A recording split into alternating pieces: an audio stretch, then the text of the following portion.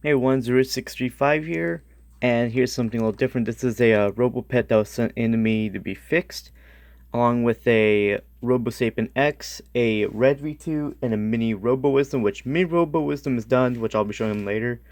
Here's the Robopet issues.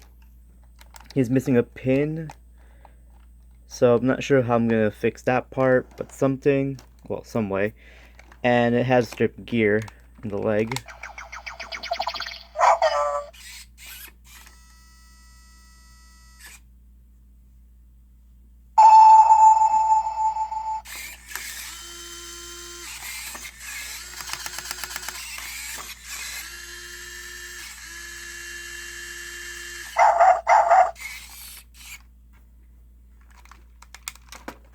Which is this leg back here, I believe.